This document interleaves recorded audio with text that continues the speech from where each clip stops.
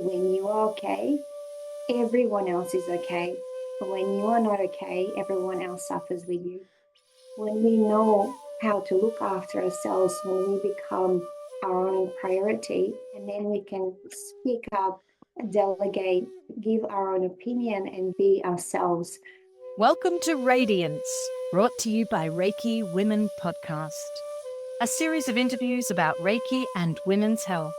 Because women's health is often overlooked, which can lead to serious consequences.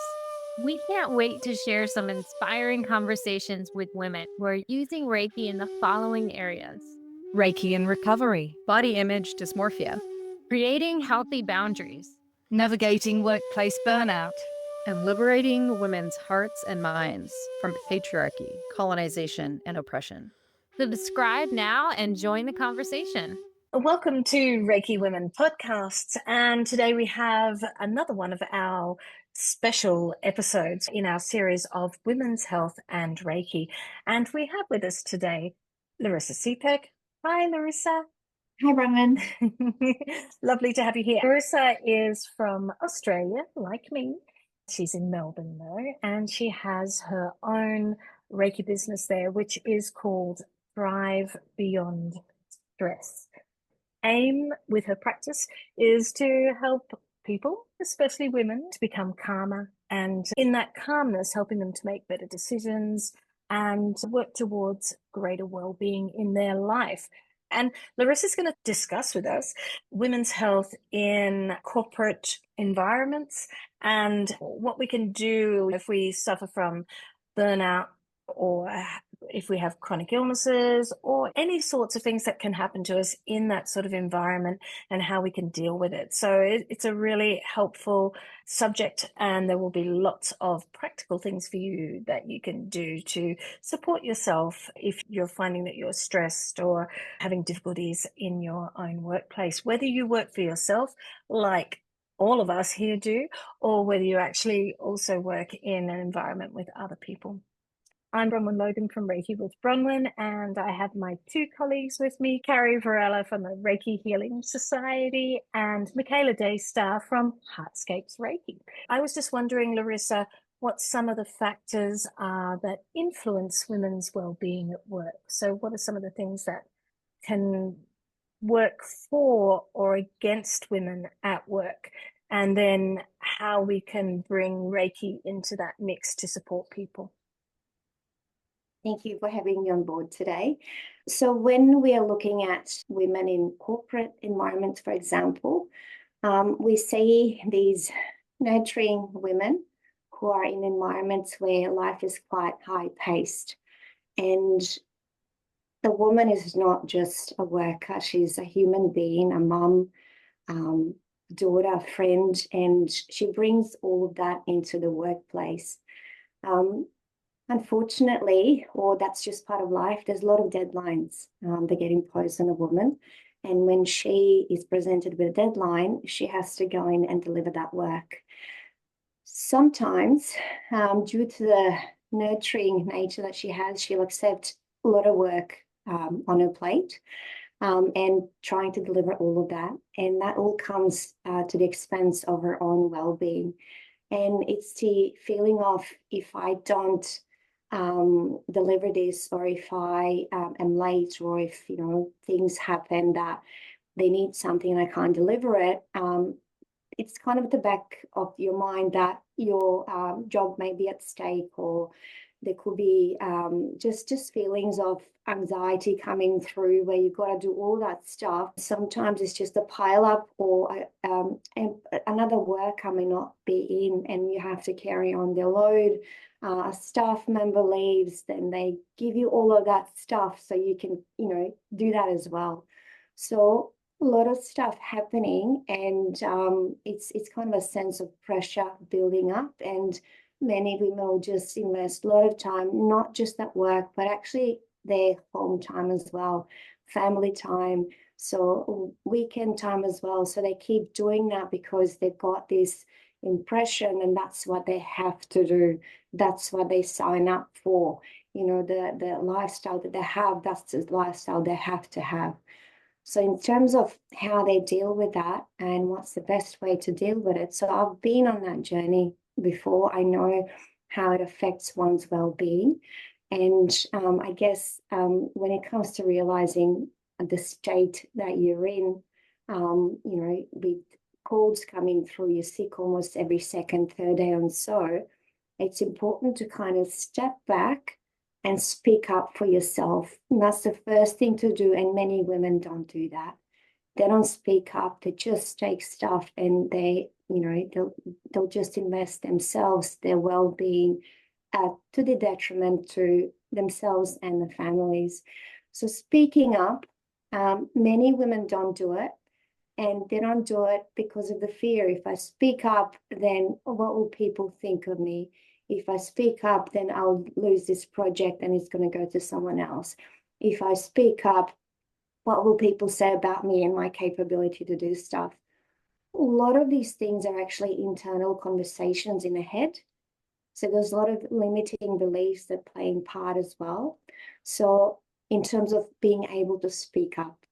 So very important is to actually say something. So when they have all of these things on their plate, many women actually don't let the managers know about all of these things that they have.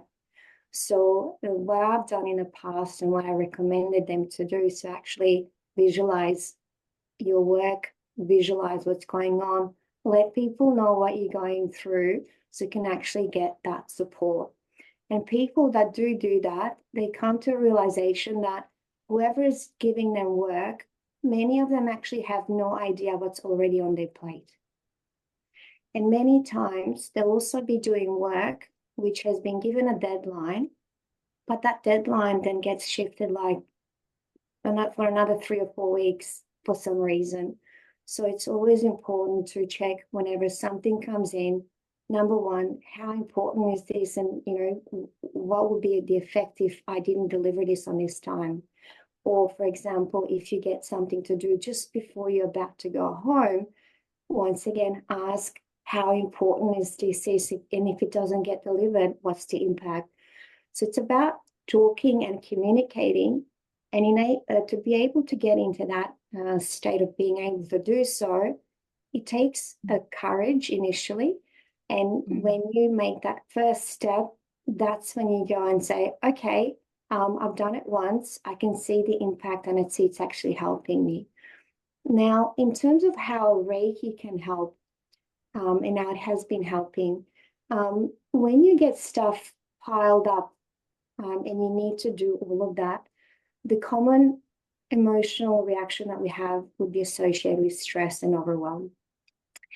When we practice Reiki, it actually takes care of that emotional and stress component, that way we perceive things as well, and helps us actually realize that we are still in control and we can do stuff because we get the clarity on what we need to do, how we need to do it from a more grounded and calm state. So I guess talking about how everything affects us, always starting from the nervous system. If the nervous system can't cope, then whatever you try to do in terms of doing more, trying to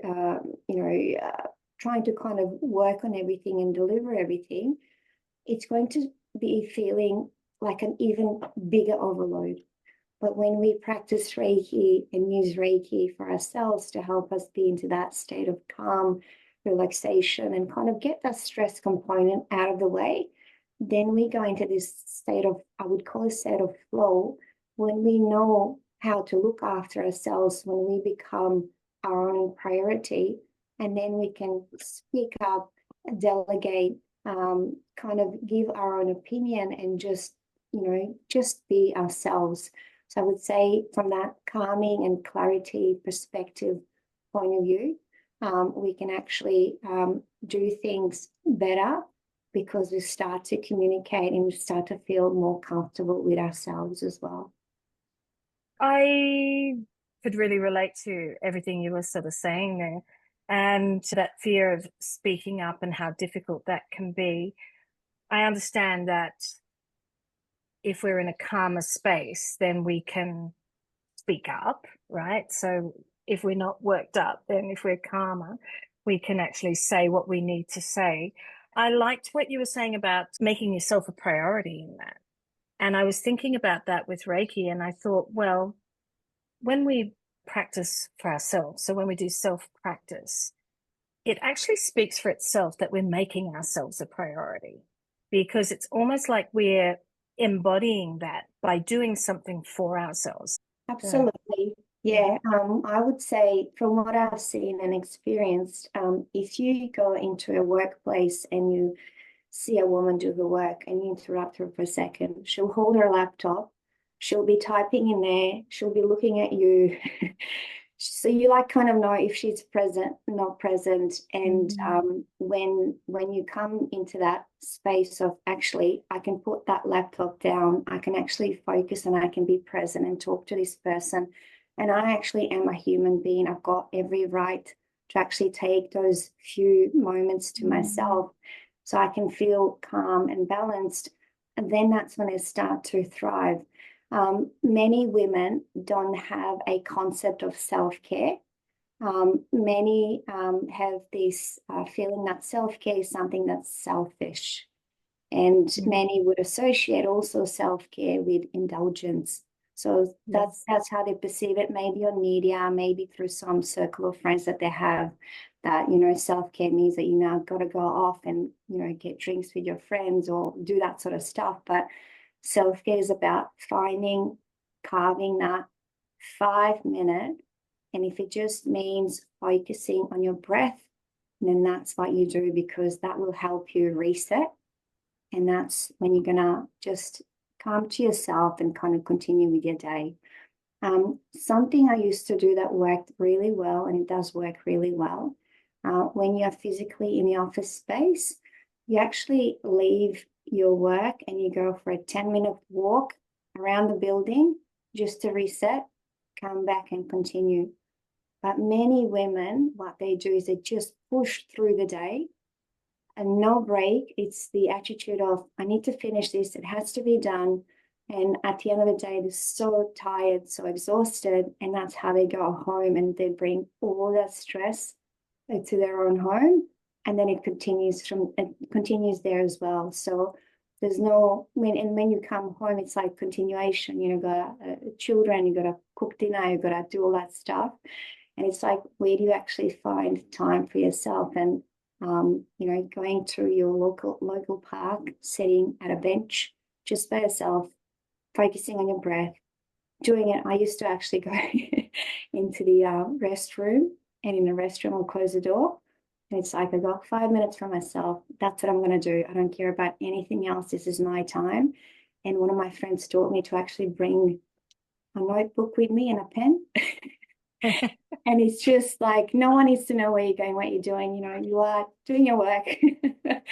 Head to the restroom, put it down, and just focus on your breathing. And that helps a huge deal. And with Reiki, that feeling is certainly amplified in terms of the breath and breath regulation and nervous system regulation. So it's just, it's a wonderful tool. And whoever gets to learn it, because not many people know about Reiki within the space I used to be in.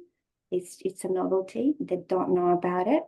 But whoever has tried it, it's like, oh my God, you know, I'm starting to breathe with a deeper, bigger breath. What's going on? And as they start to get awareness of how it can help, how it does help, and see like a real life scenario in terms of someone applying hands to your body, and your body starts to just feel different. And that's when they start to get curious in that sense, and like that concept of self-care starts to kick in as well.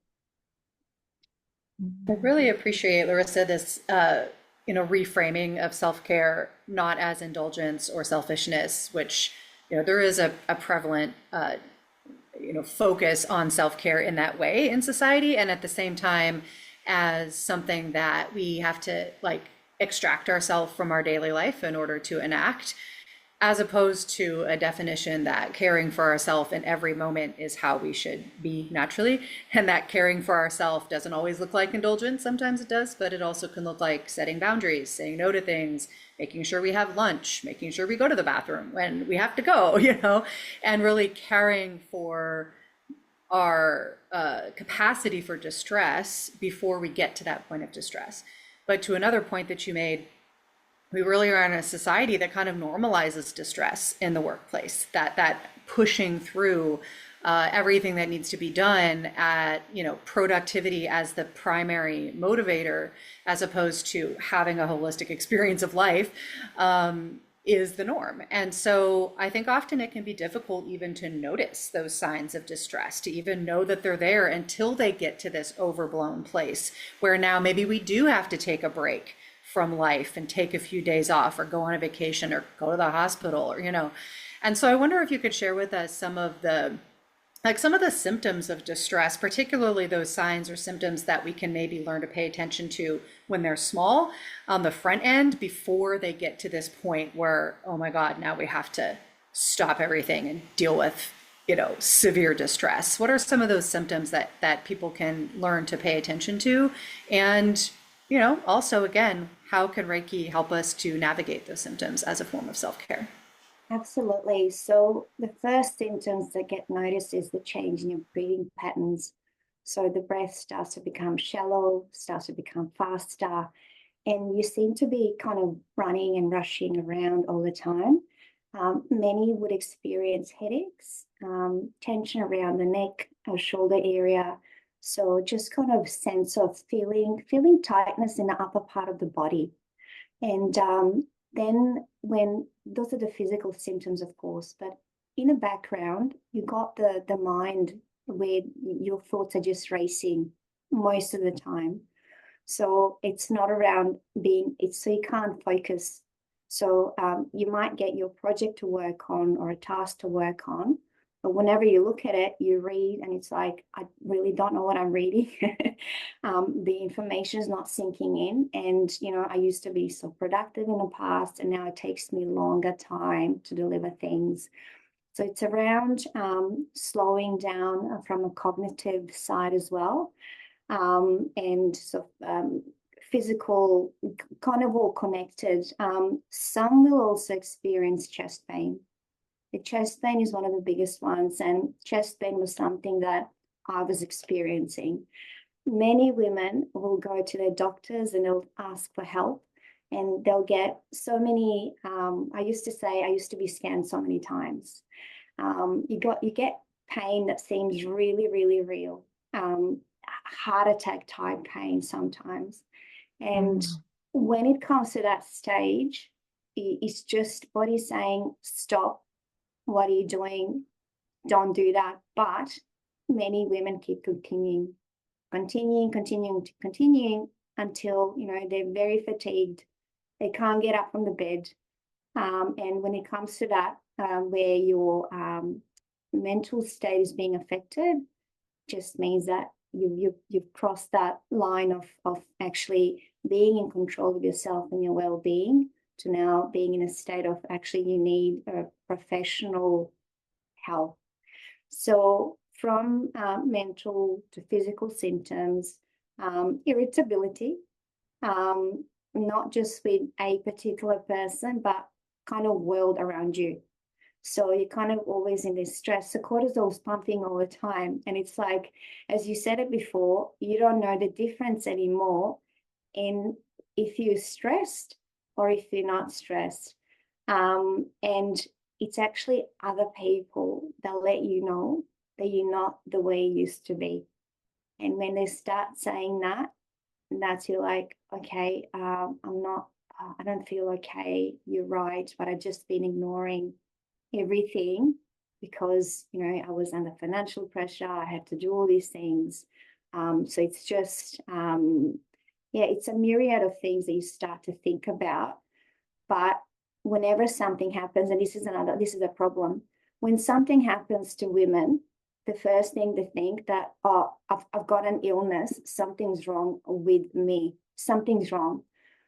But not many realize that what they're experiencing is body actually relaying the message of, you're experiencing stress, you are not looking after yourself, the nervous system is spent up. Here you go, a headache. I need you to go and take care of yourself. Here you go, a chest pain. I need you to stop and I need you to think about, where is this chest pain coming from? So the body gives these signals all the time, whatever they are for different individual. If you're more on an empathic side, which is the side I'm on, you take other people's emotions as well. You're very caring.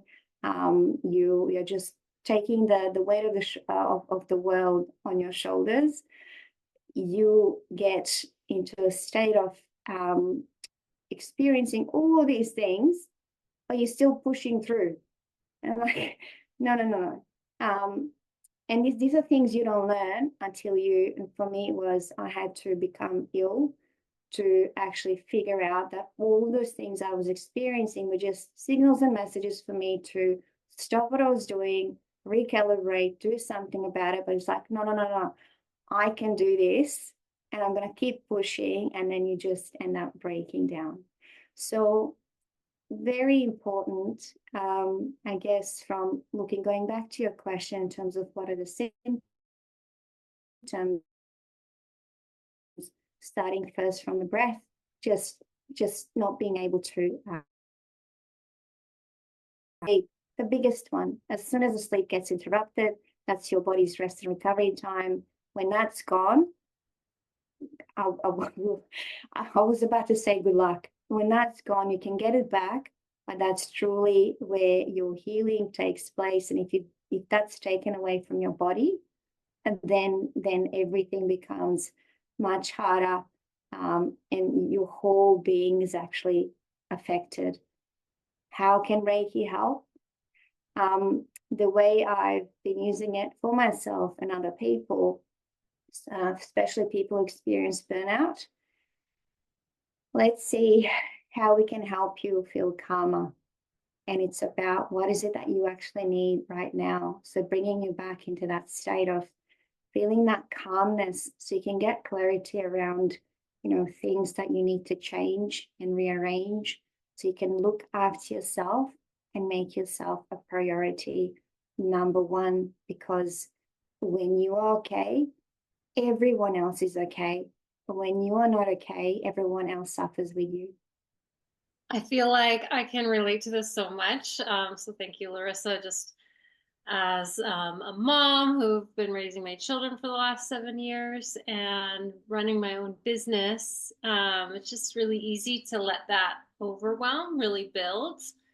And I've been having so many wonderful conversations with women lately about self-care and, just not even self-care, I guess, taking care of oneself. And I think that that's just such it's so essential, for you to be able to show up as your best self for your family and be in that clear, capable, calm space to tackle whatever stuff you have going on at work. So I appreciate all of this so much. But I guess, I guess one of the things I've been really learning is that, like, saying no is not admitting defeat. It's not conceding that you are somehow like not superhuman or something like that. So, but I think you're talking about some pretty extreme cases of emotional and stress, and overwhelm and burnout. And can you talk about some of the health conditions that could develop if one stops listening to their body, and what happens when that goes unmanaged, and maybe even talking about how one would recover from that, like using Reiki and any other tools and techniques that you've worked with people? Absolutely. I guess body gets affected in various ways, and we all have different levels of coping. So some people would have an amplified levels of anxiety, or some would develop depressive feelings, which actually would lead into depression. Some would develop, heart problems as well. So going from affecting kind of different parts of the body as you go along on this journey of chronic stress.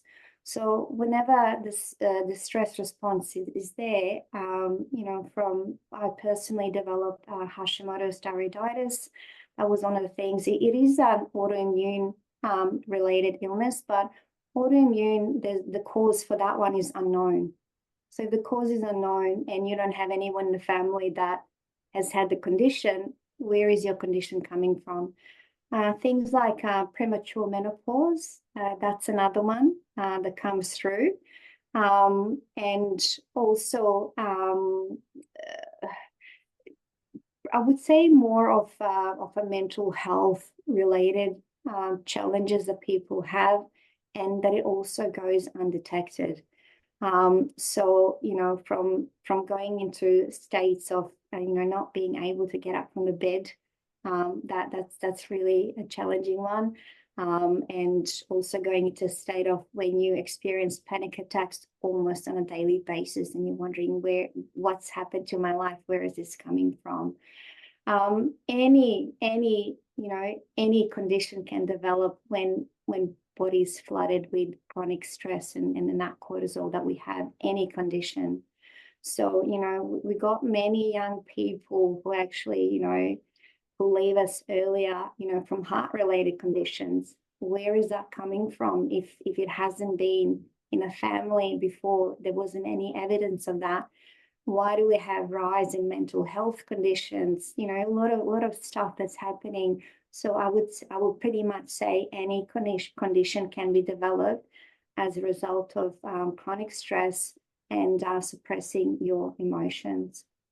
And once again, it just depends on who we are.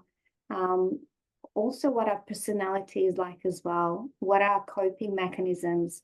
How are we taking care of ourselves? So, a lot of people burn out from very mild to very severe case can happen.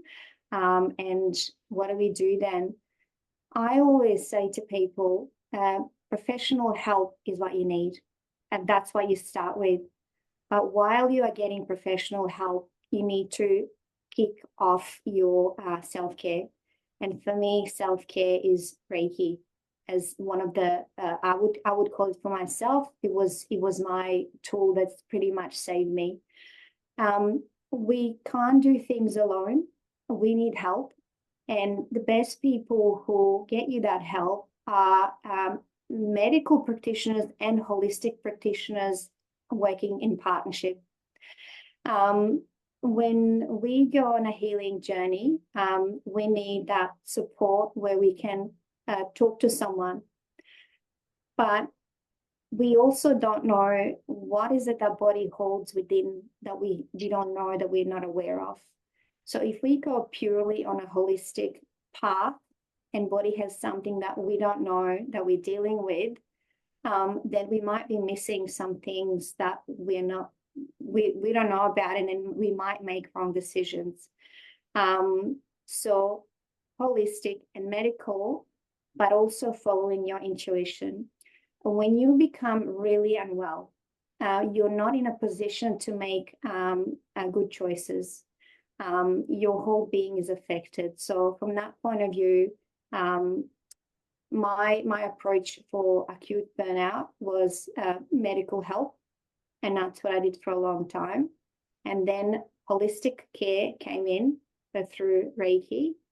And then after some time of running both in parallel, holistic took over for me. And then the medical dropped off and I became symptom-free of conditions I've developed as a result of stress. So I always say to people, and those that come and see me, whatever you're experiencing, always go and see your doctor, do all the tests that you need to do, have yourself checked, so at least you got peace of mind that from that side, you are okay. When you tick that box, continue what you're doing, but always keep in touch, always have regular checks. So for example, for myself, I go and see my doctors every 3 to 4 months just for a check to make sure everything's okay, everything's in order. You don't know what life brings, but in the meantime, I'm enjoying my freedom in terms of knowing that I'm looking after myself. Mentally, I'm feeling awesome. Physically, I'm feeling great. But also, going, checking, let your people know, let your team know. I used to spend about in a year after I got really, really good from a physical and mental point of view. I used to go to my doctors and I used to take brochures with me and I say, this is what I did. This is Reiki. This is the practice that helped me get better. And the response from them is, one said, I actually had another client who was dealing with chronic pain. They said that Reiki helps. Then when I went to menopause specialist, she said, Larissa, it all makes sense. Research shows that women who go through menopause, the ones that are more prone to anxiety, experience symptoms more.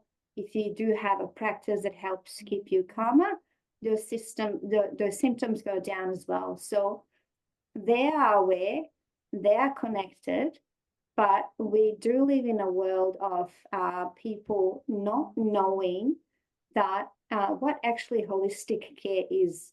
I didn't know what holistic care is until I'm like, I need to do something for myself.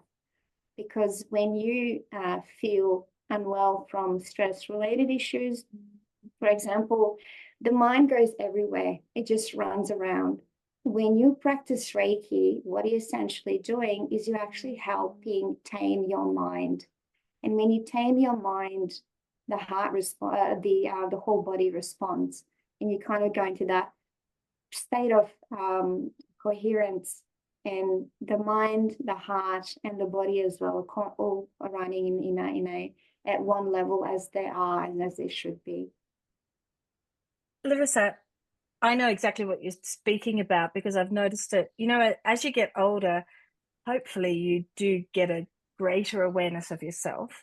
And I know that when I was quite young in my early 20s, that stress came to me with stomach pains, for example, and maybe even as a kid, So how you're saying, like, sometimes it's chest pains. For me, it was, I'd feel like a cramp feeling. And I never really knew what that was. And I did try to get it checked and no one could tell me what it was. And then as I got older and I started to realize, I was just feeling really stressed and now I've got a cramp, right?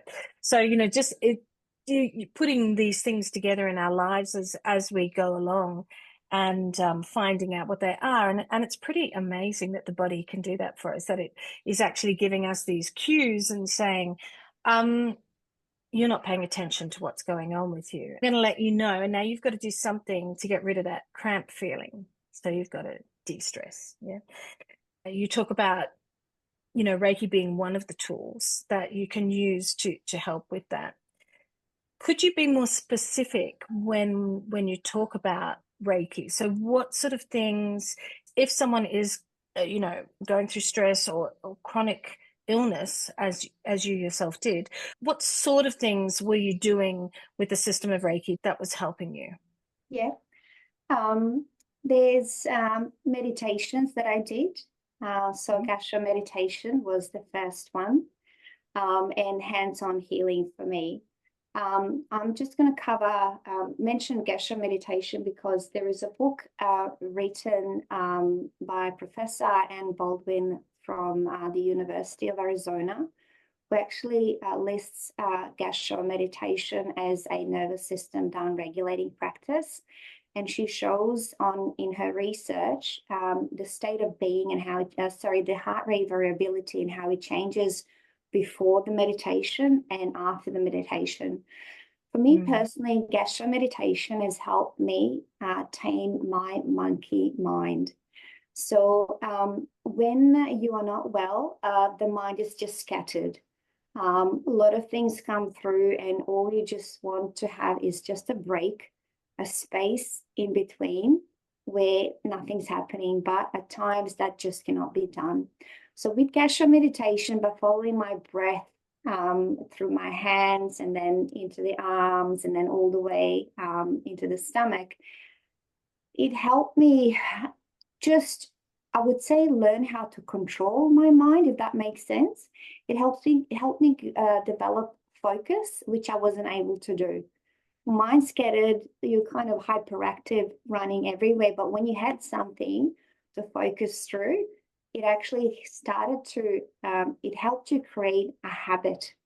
And the habit is, now I'm here, now I'm present, now I'm going to focus my mind on following my breath. And as I follow my breath, the mind starts to calm down as well. And we know that Reiki helps with the nervous system regulation. The practice itself is just very calming. Just that feeling of, your hands going together and the feeling that you get of just feeling lighter. That's the one that I did it. And for myself, my state was, I was quite unwell, and it took me, and I always keep saying that number, 2,500 hours of doing this, and hands-on healing in that space of time. And with hands-on healing, it's just the fact that you're placing hands on your body, becoming your best friend, if that makes sense. In moments where you don't want to open up to anyone, you just want to keep things to yourself, and it gives you a sense of comfort. And as you place hands on your body, the body starts to relax. And there's that, I guess, the component of Reiki that we can't describe. And in US, they would call it energy medicine component, that mystical component, which is that a sense of inner peace and calm that you get when you do the practice. So for me personally, those two have been just life-changing. And then as I went through to discover, I wanted to know how Reiki made it into US hospitals, for example. So on my journey, I learned Reiki, and there were things I didn't understand about the practice. I went and seek more learning. And then when I discovered a lady who helped introduce Reiki to US hospitals, she's helped me understand from a medical point of view, from a doctor's point of view, and nervous system point of view, what actually happens to your body, and why it's actually possible for you to start feeling better as you practice Reiki. And it was all revolving around the sense of safety. And Dr. Porges' theory, polyvagal theory, is all about sense of safety. And if, say, for example, if I talk to someone about Reiki and they're not sure what is it that I'm actually talking about, always connected with that sense of safety, which means that you're creating a safe space. When you're in a safe space, the nervous system starts to relax, you're in the rest recovery, and the body starts to heal itself. So so those two are the most important ones for me. Now, that comes with an icing on the top. Every day repeating the precepts: do not anger, do not worry, and you actually start believing that, and learning how whenever you say something, if the body doesn't think it's true, if you say, for today only, I'm not going to get angry, and the body constricts, it actually tells you there is stuff that you are angry about. And if you just sat with that, with your hands on your body, that anger actually dissipates and dissolves. There is so many things that exist, basic healing skills that they should teach it at schools. Doesn't have to be Reiki, but just the basic skill of learning how to connect with yourself, find love for yourself, look after yourself, and knowing that when you're are feeling better, you're actually helping others by uplifting your well-being. And I was so sad to that I didn't know all of these things, and that I had to go on this journey of feeling really unwell to actually discovering that there are healing practices, there is a holistic approach, there is stuff you can do about yourself. And it was when I read the book called Body Keeps the Score, which I highly, highly recommend to everyone. And in that book, when I read it, I actually got to understand that I wasn't broken. I was just the result of chronic stress that has happened, various trauma through becoming a refugee in the past, and all of that accumulating, and then learning that as you go through life and you actually experience major life moments, that's when the nervous system goes off and brings out that stuff that you've been holding on for such a long time. So bodies are really amazing. I didn't have a relationship with my body. If you go hurt yourself, hurt yourself, the body's in pain. I just want to get over it. But now the relationship becomes, because you've been creating a sense of safety for such a long time, that whenever something pops up, you're like, okay, my body's telling me something. I'm just going to sit with that and see what that actually is. And it's really interesting how the mind, once you connect with your body, the mind actually tells you what is it that you're dealing with and what is it that needs to get resolved. And now comes in another part. So if you take care of yourself, you create a sense of safety. You learn how to tame the monkey mind. The emotions actually want to come out. So what do? Pen and paper. And I spent probably, I'll just share with you quickly.